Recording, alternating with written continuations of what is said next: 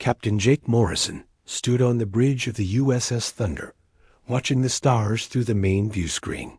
His ship was one of the newest in the Earth Defense Force fleet. The Thunder was sleek and powerful, built with the latest human technology. Jake had been its captain for 2 years now, and he loved every minute of it. The bridge was quiet, except for the soft hum of computers and life support systems. Lieutenant Lisa Park sat at the tactical station, her fingers dancing across the control panel. She was young but very good at her job. Commander Steve Hayes stood beside Jake's command chair, reading reports on his tablet. "Captain," Lisa called out, "I'm getting something strange on long-range sensors." Jake turned toward her. "What kind of strange?" Lisa frowned at her screen. "Multiple contacts, sir. Very large ones. They're coming from the outer edge of the system." Jake walked over to her station. The sensor display showed dozens of red dots moving toward them. As he watched, more dots appeared. Then more. Soon the screen was filled with red contacts. "How many?" Jake asked. Lisa's fingers worked quickly on her console. Her face went pale. "Sir, I count 1,000 ships. All of them are much larger than us." The bridge fell silent. Commander Hayes moved closer to look at the display. "That's impossible," he said quietly. "No one has fleets that big." Jake felt a cold feeling in his stomach. He had heard rumors about the Zephyrian Dominion, but this was beyond anything he had imagined. "Are you sure about those numbers, Lisa?" "Yes, sir. The computer has checked 3 times. 1,000 enemy vessels, all heading this way." Jake pressed a button on his command chair. "Dr. Cole, report to the bridge immediately." Within minutes, Dr. Ryan Cole hurried onto the bridge. He was the ship's chief engineer, a thin man with messy hair who always seemed to have grease on his hands. "You called, Captain?" "Ryan, I need to know what our ship can do against 1,000 enemy vessels." Dr. Cole's eyes went wide. 1,000? Captain, that's not possible. Even our best weapons couldn't handle that many targets. Jake nodded grimly. "That's what I was afraid of." He pressed another button.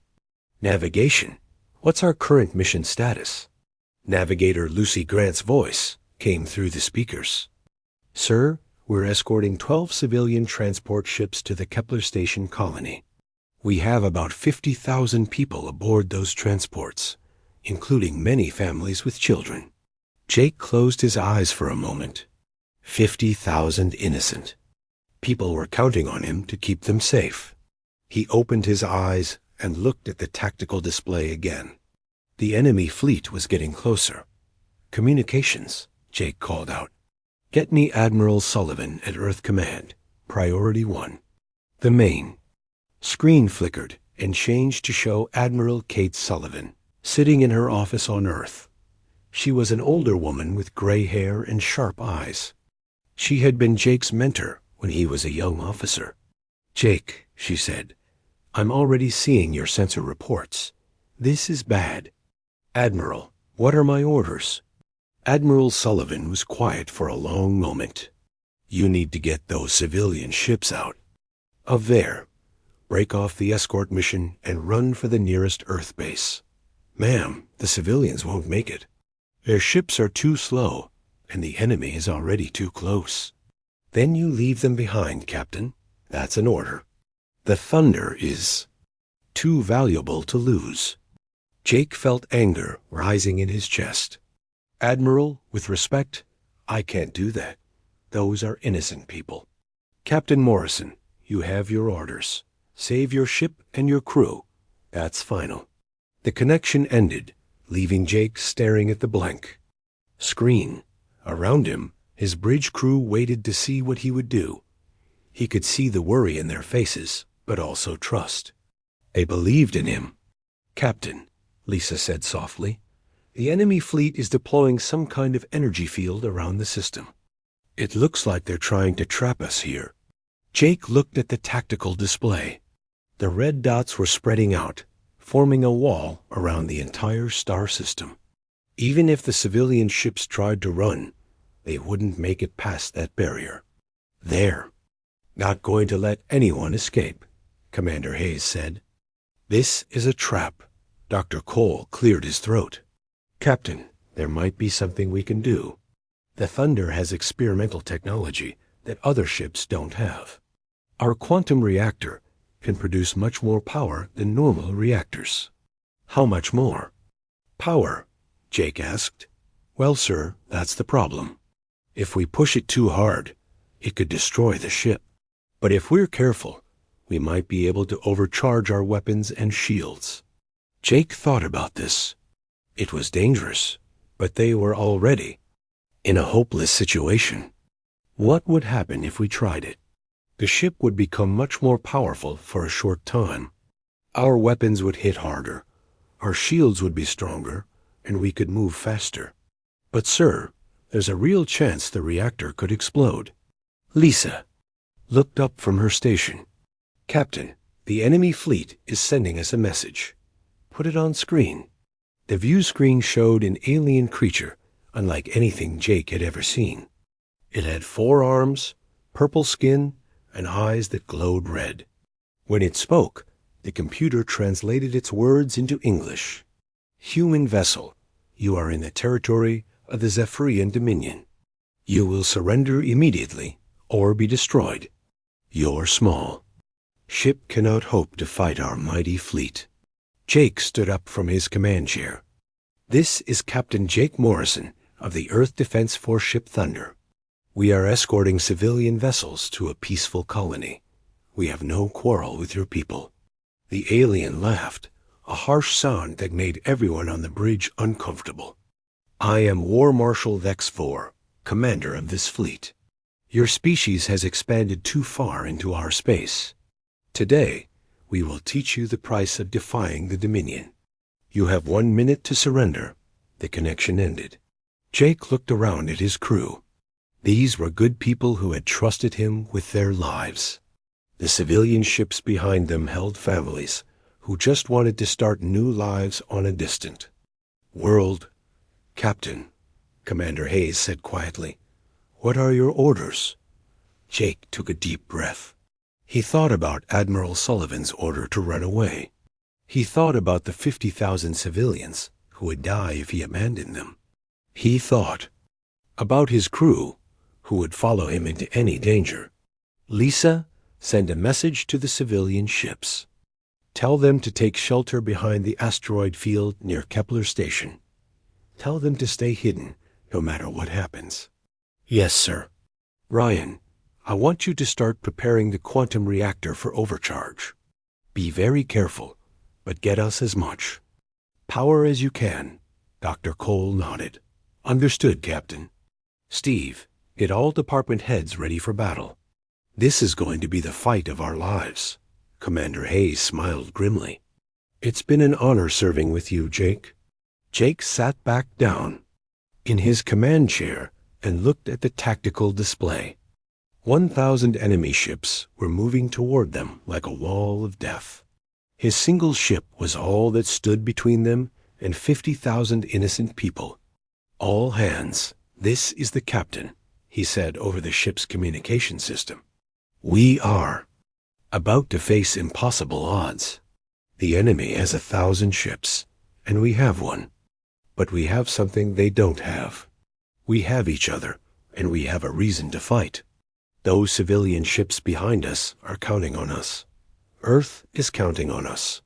Today, we show the galaxy what humans can do when they refuse to give up. He paused, looking around at his crew.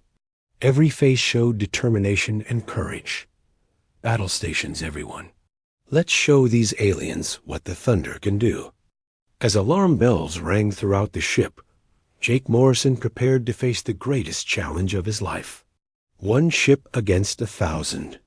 The odds were impossible, but he had never backed down from a fight before, and he wasn't going to start now.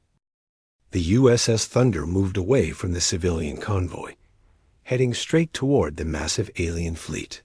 Captain Jake Morrison watched the tactical display as the red dots grew larger on the screen. Each enemy ship was at least 5 times bigger than the Thunder, and there were 1,000 of them. "Captain," Lieutenant Lisa Park called out from her station, "the civilian ships have reached the asteroid field. They're hiding behind the largest rocks, just like you ordered." Jake nodded. At least the innocent people were as safe as they could be. Now it was time to buy them more time, even if it cost him everything. Dr. Ryan Cole's voice came through the communication system from the engine room. "Captain, I'm starting the reactor overcharge now. It's going to take a few minutes to reach full power." "Understood, Ryan. How long can we maintain overcharge?" "Maybe 30 minutes, sir. After that, the reactor will either shut down or explode. I can't promise which one." Jake took a deep breath. 30 minutes to fight 1,000 ships. It seemed impossible, but they had to try. Commander Steve Hayes moved to stand beside Jake's chair. "The crew is ready, Captain. Everyone knows what we're up against, and everyone is staying at their posts." "Good. They're the best crew in the fleet." On the main screen, the alien fleet continued to approach. Jake could see individual ships now, huge dark vessels that looked like floating cities. Each one had dozens of weapon ports along its sides. The Thunder looked like a tiny insect flying toward a swarm of giants. "Captain," Lisa said, "I'm getting a reading on their weapons. They have plasma cannons, missile launchers, and some kind of beam weapon I've never seen before." "What about their shields?" "Very strong, sir. Much stronger than ours normally are. But if Dr. Cole can get our power levels up, we might be able to match them." Jake pressed a button on his chair. "All departments. Report status." "Engineering ready," came Dr. Cole's voice. "Weapons ready," said Lieutenant Tony Phillips from the weapons control room. "Navigation ready," said Lucy Grant. "Medical ready," said Dr. Janet Stone from the medical bay. "Marines ready," said Lieutenant Colonel Ben Walker from the Marine deck. Jake smiled. His people were ready to fight, even against impossible odds. "Lisa, how long until the enemy reaches us?" 2 minutes, sir." Jake stood up and walked to the front of the bridge. Through the view screen, he could see the alien ships getting closer. They were spread out in a huge line, like a wall of metal and death moving across space. "Captain," Lisa said suddenly, "I'm getting a communication from the enemy fleet." "Put it on screen." The alien war marshal appeared on the view screen again. His red eyes seemed to glow with amusement. "Human captain, your ship approaches alone. Do you think to fight my entire fleet with one small vessel?" Jake stepped forward. "We're not backing down. Those civilian ships are under our protection." The alien laughed. "Your bravery is foolish. My ships could destroy your vessel with a single shot. I offer you one last chance to surrender. No deal." War Marshal Dexver S. expression changed to anger. "Then you will die, human. Your species will learn that the Zephyrian Dominion is not to be challenged." The screen went dark. Jake returned to his command chair. "All ships, this is War Marshal Dexver," came the alien's voice over the communication system. "Destroy the human vessel. Show no mercy." "Here they come," Lisa said. The front line of alien ships opened fire. Bright beams of energy shot through space toward the Thunder. Jake gripped his chair as the ship shook from the impacts. "Shields holding," Lisa reported. "But they're down to 80% already. Ryan, I need that extra power now." "Almost." "There, Captain. Just a few more seconds." The Thunder fired back with its own weapons. Blue energy beams struck the nearest alien ship, but the enemy's shields absorbed most of the damage. "Direct hit, but minimal damage," Lisa said. More alien ships opened fire. The Thunder shook harder as dozens of energy beams hit its shields. Jake could hear the hull groaning under the stress. "Shields at 60%, Lisa called out. "Captain, reactor overcharge is ready." Dr. Cole's voice was excited. Activating now. Jake felt the ship change around him. The lights grew brighter. The hum of the engines got louder, and he could feel power flowing through every system. Shields back to full strength and rising, Lisa said with amazement. We're at 120% of normal power. Fire all weapons. The Thunder's weapons blazed with new energy. The blue beams were now twice as bright and much more powerful. When they hit the nearest alien ship, the enemy's shields flickered and failed. Enemy ship taking heavy damage. Lisa reported. Their shields are down. Jake smiled. Keep firing. The Thunder's weapons continued to pound the alien ship. Explosions bloomed across its hull as the human weapons found their mark. Within seconds, the huge vessel broke apart in a ball of fire. First kill confirmed, Lisa said, and the bridge. Crew cheered, but their celebration was short. The alien fleet was huge, and losing one ship didn't seem to bother them at all. More enemy vessels moved forward to take its place. Captain, Lisa said, 50 enemy ships are focusing fire on us. The Thunder shook as energy beams from 50 alien ships struck its shields. Even with the reactor overcharge, that was too much. Firepower to absorb. Shields down to 90% and falling fast, Lisa reported. Lucy, get us moving. Use the asteroids for cover. Navigator Lucy Grant's hands flew over her controls. The Thunder suddenly turned and accelerated toward the asteroid field where the civilian ships were hiding. The alien weapons followed them, but the rocks provided some protection. Smart thinking, Commander Hayes said. We can use the asteroids to break up their formation. The Thunder flew between the huge space rocks, using them as shields against the alien weapons. The enemy ships were too big to follow the same path, so they had to split up to go around the asteroids. This is better, Jake said. Now they can't all shoot at us at the same time. The Thunder emerged from behind a large asteroid and found itself facing 3 alien ships. Before they could react, the human vessel opened fire with all weapons. The concentrated firepower overwhelmed the first ship's shields and tore through its hull. Second kill, Lisa announced. The Thunder quickly moved behind another asteroid before the other 2 ships could return fire. Jake was starting to see a pattern. The alien ships were powerful, but they were also slow and clumsy. The Thunder was much smaller and faster. Lisa, I want you to analyze their ship designs. Look for weak points. Already on it, Captain. Their ships are built for fighting other large vessels. They have trouble targeting smaller, faster ships like ours. What about their weapons? Powerful, but slow to turn. If we can stay close and keep moving, they'll have trouble hitting us. Jake nodded. Lucy, take us in close to that group of enemy ships. We're going to dance with them. The Thunder shot out from behind the asteroids and flew straight at a group of 5 alien vessels. The enemy ships opened fire, but their weapons were designed for long-range combat. At close range, they couldn't track the Thunder's quick movements. The human ship flew between the alien vessels, firing at point-blank range. Its weapons tore through enemy shields and armor, causing massive damage. One alien ship exploded, then another. 3 down, 4 down. Lisa called out excitedly. War Marshal Vexfer's angry voice came over the communication system. All ships, focus fire on the human vessel. It must not escape. But the Thunder was already moving, using its speed and the asteroid field to stay ahead of the alien weapons. The enemy fleet was powerful, but Jake was starting to believe they might have a chance. Ryan, how long can we maintain this power level?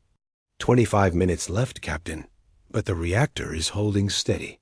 Jake looked at the tactical display. They had destroyed 5 enemy ships, but there were still 995 left. It was going to be a long fight.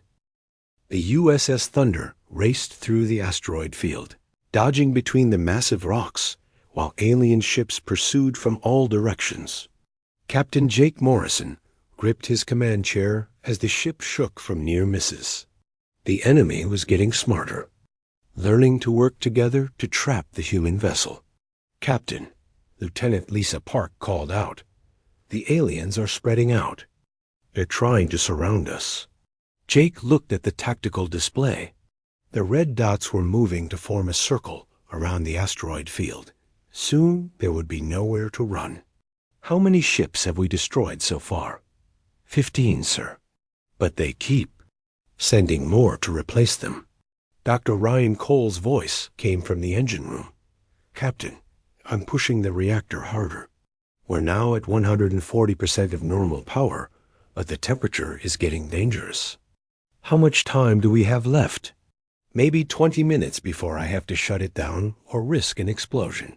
Jake nodded grimly. 20 minutes to destroy almost 1,000 enemy ships. It seemed impossible, but his crew had already done the impossible. By surviving this long, the Thunder emerged from behind a large asteroid and found itself facing a group of 10 alien ships. Instead of running, Jake made a bold decision. All weapons, fire at the lead ship, full power. The Thunder's weapons blazed with energy. The concentrated firepower struck the alien vessel's shields, causing them to flicker and fail. The human weapons tore through the enemy hull, and the ship exploded in a brilliant flash. But the other 9 ships were ready. They opened fire all at once, sending dozens of energy beams toward the Thunder. "Hard to port!" Jake shouted. Navigator Lucy Grant spun the ship to the left just as the alien weapons fired. Most of the beams missed, but several struck the Thunder shields. "Shields down to 70%, Lisa reported. "Keep us moving, Lucy. Don't let them get a clean shot." The Thunder twisted and turned between the alien ships, using its small size and speed to avoid their weapons. Jake watched the tactical display, looking for patterns in the enemy formation. "Lisa, I'm seeing something strange. Look at how their ships are positioned." Lisa studied her screen. "You're right, Captain. They're staying in a tight formation, almost like they're protecting something in the center." "What's in the center?" "The largest ship, sir." "It must be their command vessel." Jake smiled. "That's War Marshal Vex Fur's ship. If we could take out their commander, the rest of the fleet might retreat." Commander Steve Hayes moved closer. "It's worth a try, but that ship is surrounded by hundreds of others. We'd never get close enough." "Maybe we don't need to get close. Lisa, what do you know about their shield technology?" Lisa worked quickly at her console. "From what I can see, they use a type of energy shield that creates a protective barrier around each ship. But sir, there's something interesting about the energy readings." "What?" "All their shields are operating on the same frequency. It's like they're all connected to the same power source." Jake's eyes widened. "You mean if we could disrupt that frequency, it might affect all their shields at once," Lisa finished. "But we'd need to get very close to their formation to scan the exact frequency." Dr. Cole's voice came through the speakers again. "Captain, we have another problem. The reactor overcharge is causing radiation leaks throughout the ship. Dr. Stone says the crew is starting to show signs of exposure." Jake pressed his communication button. "Janet, how bad is it?" Dr. Janet Stone's voice was tense. "Jake, I've got 20 crew members in medical bay with radiation sickness. If we keep this up much longer, we're going to lose people." Jake closed his eyes for a moment. His crew was suffering, but 50,000 civilians were counting on him. He opened his eyes and looked at the tactical display. "We need to end this quickly. Lisa, plot a course to the center of their formation." "Captain, that's suicide," Commander Hayes said. "They'll tear us apart." "Maybe, but it's our only chance. If we can disrupt their shield frequency, we might be able to level the playing field." The Thunder accelerated toward the center of the alien fleet. Enemy ships on all sides opened fire, filling space with deadly energy beams. Lucy Grant flew the ship like it was a fighter instead of a battleship, spinning and diving to avoid the worst of the weapon's fire. "Shields at 50%, Lisa called out. 40%, 30%.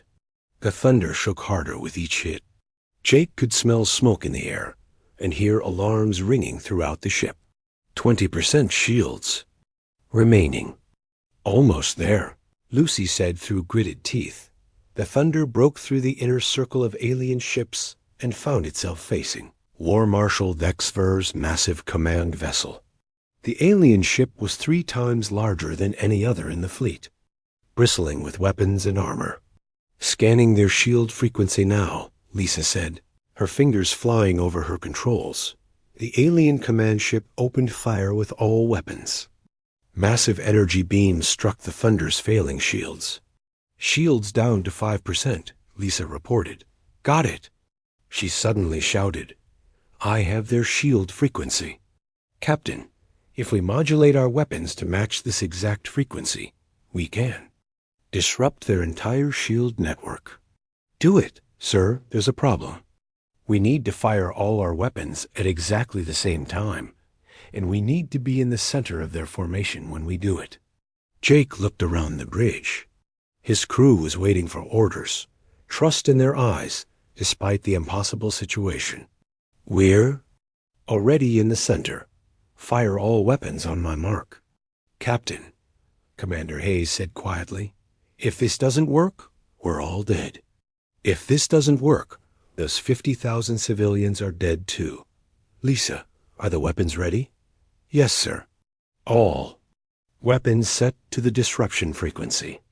The alien fleet was closing in from all sides. Hundreds of ships were moving toward the Thunder, ready to destroy it once and for all. War Marshal Dexver's voice came over the communication system. "Human captain, you have fought bravely, but your luck has run out. You are surrounded and outgunned. Surrender now and I will make your death quick." Jake stood up from his command chair. "This is Captain Jake Morrison. We don't surrender. We don't give up. And we don't run away from bullies." He looked around at his crew one more time. "It's been an honor serving with all of you. Lisa, fire all weapons. Full power." The Thunder unleashed every weapon it had. Blue energy beams shot out in all directions, striking not just the enemy ships, but the space between them. The modulated frequency created a ripple effect that spread through the alien formation like waves on water. For a moment, nothing happened. Then, one by one, the shields around every alien ship began to flicker and fail. "It's working," Lisa shouted. "Their shields are going down." War Marshal Dexvar's angry voice filled the bridge. "Impossible. Our shields cannot fail." But they were failing. Across the entire alien fleet, the protective barriers that had made the ships nearly invincible were disappearing. For the first time in the battle, the alien vessels were vulnerable. Jake sat back down in his command chair and smiled. "Now we have a fair fight. All weapons. Target the nearest enemy ships. Let's show them what the Thunder can really do." The battle was far from over, but for the first time since it began, Jake Morrison believed they might actually win. The USS Thunder floated in the center of the alien fleet, surrounded by nearly 1,000 enemy ships that no longer had shields. Captain Jake Morrison watched the tactical display as his weapons officers targeted the closest vessels. For the first time since the battle began, they had a real chance to fight back. "All weapons open fire," Jake commanded. The Thunder's guns blazed with energy, striking alien ship after alien ship. Without their protective shields, the enemy vessels took heavy damage from each hit. Explosions bloomed across their hulls as the human weapons found their targets. "Direct hits on 12 ships," Lieutenant Lisa Park reported. 7 of them are showing heavy damage. War Marshal Dexver's voice roared over the communication system. "All ships, Destroy that human vessel immediately. It has somehow disrupted our defenses." The alien fleet began to move, but their ships were huge and slow. The Thunder was like a small, fast fighter, surrounded by lumbering giants. Navigator Lucy Grant spun the ship between the enemy vessels, keeping them moving too fast for the aliens to get a clear shot. "Lucy, take us toward that group of damaged ships," Jake ordered. "Let's finish them off." The Thunder accelerated toward 3 alien vessels that were trailing smoke and debris. The enemy ships tried to turn their weapons to track the human ship, but they were too slow. The Thunder's guns fired continuously, tearing through weakened armor and destroying vital systems. The first alien ship exploded in a ball of fire, then the second. The third tried to escape, but the Thunder pursued it relentlessly until it, too, was destroyed. 3 more down, Lisa announced. "But Captain, look at this." She pointed to her tactical screen. The alien fleet was reorganizing, forming smaller groups that could move faster and work together. "They're learning," Commander Steve Hayes observed. "They're adapting to fight a smaller, faster enemy." Dr. Ryan Cole's voice came from the engine room, and he sounded worried. "Captain, the reactor is getting very hot. I'm reading temperatures that are way beyond safe limits. How much longer can we maintain this power level?" "Maybe 10 minutes, sir. After that, I'll have to shut down the overcharge, or the reactor will explode and take the whole ship with it." Jake felt the weight of that decision. 10 minutes to destroy hundreds of enemy ships. It seemed impossible, but they had already done so much. "Janet, how are the crew holding up?" Jake asked over the communication system. Dr. Janet Stone's voice was tired. "Jake, I've got 50 crew members with radiation sickness now. Some of them are getting really sick. We need to end this soon." Jake looked around the bridge. His crew was still at their posts, still fighting, but he could see the strain on their faces. Lieutenant Tony Phillips was pale and sweating as he worked the weapons controls. Even Lisa looked exhausted as she tracked enemy movements. The Thunder shook as several alien ships managed to hit them with their weapons. Without the reactor overcharge boosting their shields, they were much more vulnerable. "Shields down to 60%, Lisa reported. "Captain," Lucy called out, "there's a problem. The aliens are spreading out to surround us again, but this time they're using smaller groups. I can't avoid them all." Jake studied the tactical display. The alien fleet was forming a tightening circle around them. Soon there would be nowhere to run, and the Thunder would be caught in crossfire from every direction. "We need to break out of this circle before they close it," Jake said. "Lucy, plot a course toward the weakest point in their formation." "That would be the group of ships near the large asteroid, sir. There are only about 50 ships in that direction." "Only 50, Commander Hayes said with a grim smile. "Remember when 50 enemy ships seemed like a lot?" The Thunder turned toward the asteroid and accelerated. The group of alien ships saw them coming and opened fire. Energy beams filled the space around the human vessel, but Lucy kept them moving in unpredictable patterns. "Return fire on those ships," Jake ordered. The Thunder's weapons struck the alien vessels, causing explosions and fires across their hulls. But there were too many of them, and they were working together now. The human ship took several direct hits. "Shields down to 40%, Lisa called out. "Hull breach on deck 7, came a report from damage control. "We've lost atmosphere in 3 compartments." Jake pressed his lips together. His ship was taking a beating, but they were almost through the enemy line. "There!" Lucy shouted. "We're clear." The Thunder shot past the last alien ship and into open space, but their celebration was short-lived. The entire enemy fleet was turning to pursue them, and they were moving faster now in their smaller groups. "Captain," Lisa said, "I'm detecting something strange. The alien ships are starting to glow." Jake looked at the main screen. She was right. The enemy vessels were beginning to emit a bright red light from their hulls. War Marshal Lex Ver's voice came over the speakers, and he sounded angry. "Human Captain, you have caused enough damage to my fleet. Now you will face our most powerful weapons. Prepare to be destroyed." "What are they doing?" Commander Hayes asked. Lisa worked frantically at her console. "Sir, they're channeling power from their engines into their weapons. They're overcharging their guns, just like we overcharged our reactor. Can their ships handle that kind of power?" "I don't think so, sir. Those ships weren't designed for this. They're going to damage themselves, but their weapons will be much more powerful for a short time." Jake realized what the alien commander was doing. War Marshal Lexver was willing to damage his own ships to make sure the Thunder was destroyed. It was a desperate move, but it might work. "How long before they can fire?" Jake asked. 2 minutes, sir." Jake looked at the tactical display. The alien ships were spread out across space, all of them glowing brighter as they charged their weapons. When they fired, the Thunder would be hit by the combined firepower of hundreds of ships at once. "Ryan, I need everything you can give me. Can you push the reactor even higher?" Dr. Cole's voice was strained. "Captain, if I push it any harder, we'll definitely explode. The reactor is already at the breaking point." "Do it anyway. We need maximum power for the next few minutes." "Sir, are you sure?" Jake looked around at his crew. They were tired, injured, and facing certain death, but they were still at their posts.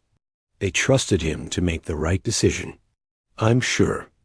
Give me everything." "Reactor overcharge increasing to 160%, Dr. Cole reported. "Hull temperature is rising fast. Captain, the ship won't hold together much longer." Jake could feel the change immediately. The Thunder was shaking more violently, and he could hear metal groaning throughout the ship. Sparks flew from control panels, and the lights flickered.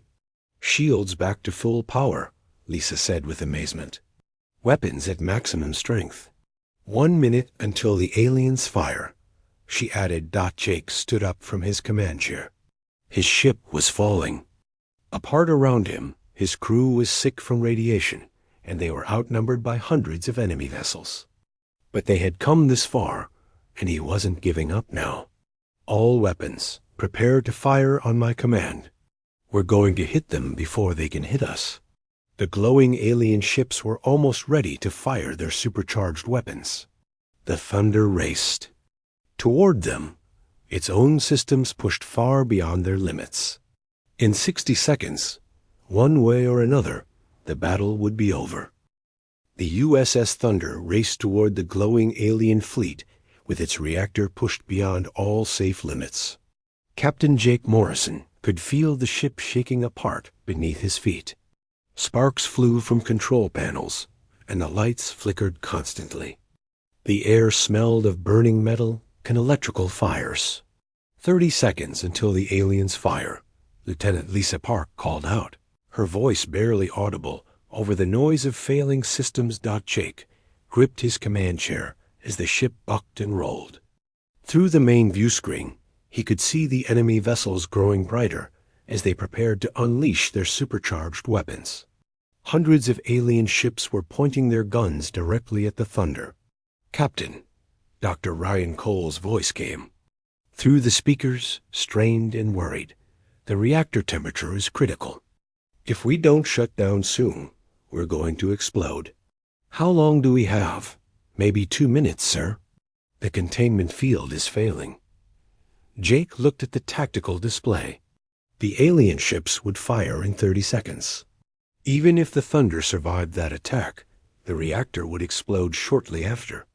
They had one chance to end this battle. "Lisa, prepare all weapons for simultaneous fire. I want every gun we have ready to shoot at exactly the same moment." "Yes, sir." "All weapons ready. Lucy, take us straight at their command ship. Full speed." Navigator Lucy Grant's hands flew over her controls.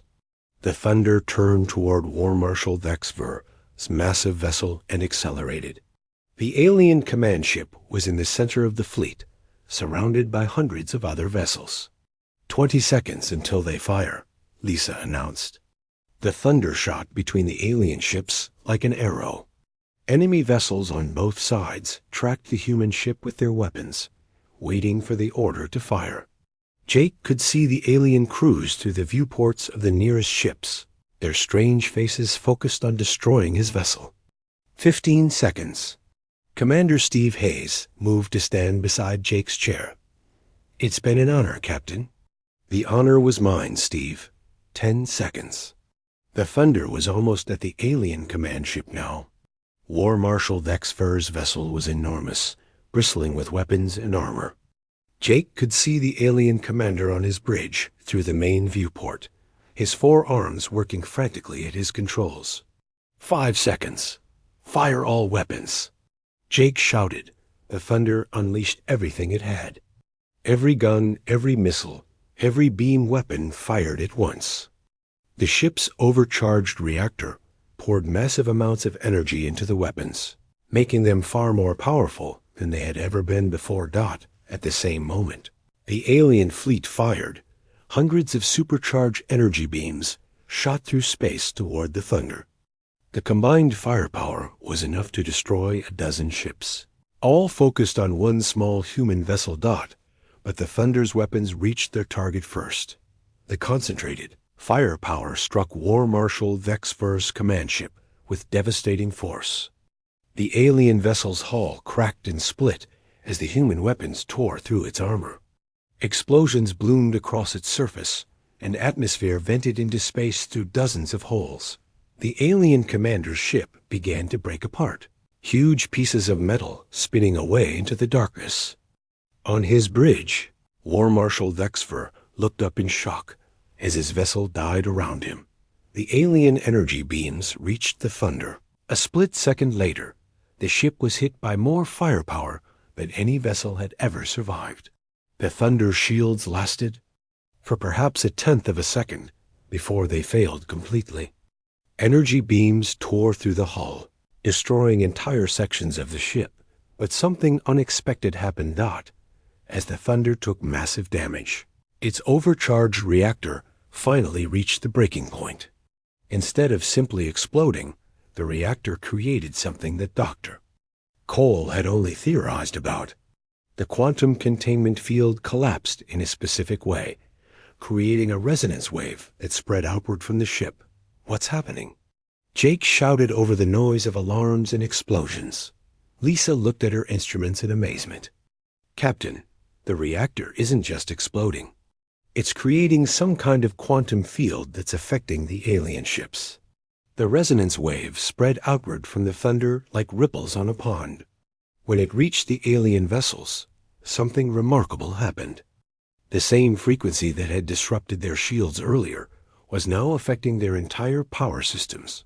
One by one, the alien ships began to lose power. Their weapons stopped firing, their engines shut down, and their lights went out.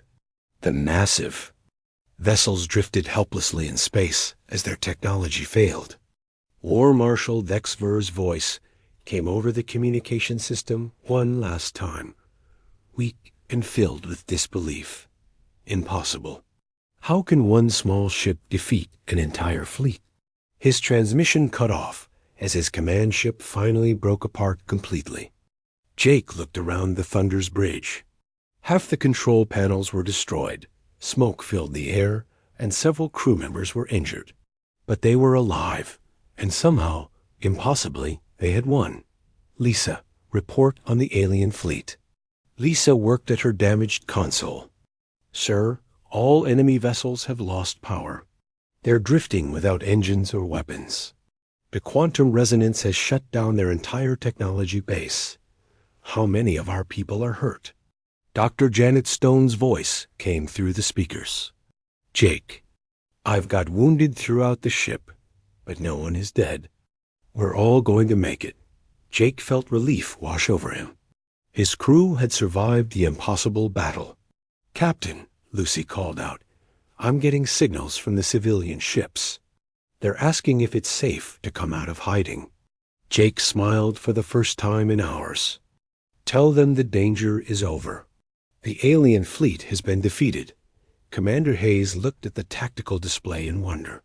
1,000 ships. We actually beat 1,000 ships. Dr. Cole's voice came from the engine room.